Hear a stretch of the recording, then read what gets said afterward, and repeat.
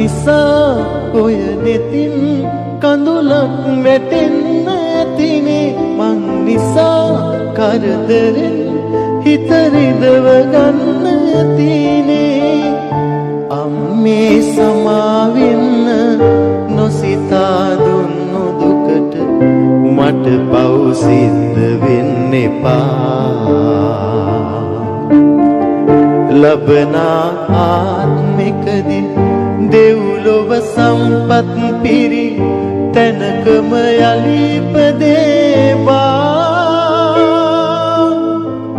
මගේ අම්මා ඉපදේවා මට වැඩියෙන් දවසක් අම්මා ජීවත් වේවා මගේ අම්මා මට වැඩියෙන් දවසක් අම්මා